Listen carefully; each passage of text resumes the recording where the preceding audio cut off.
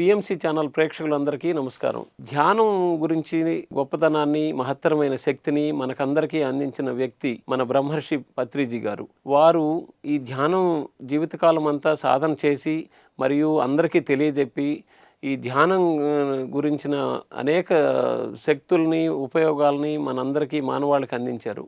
వారి అడుగుజాడల్లో నడుస్తూ మన పిఎంసి ఛానల్‌లు ఈ సంవత్సరం జూలై నెల 10 నుంచి 25 వరకు వారి రెండవ ఆరాధనోత్సవాల సందర్భంగా ఈ ధ్యానం గురించి, దాని మహత్తర శక్తి గురించి మనందరికీ తెలియజెప్పడానికి ముందుకొస్తుంది.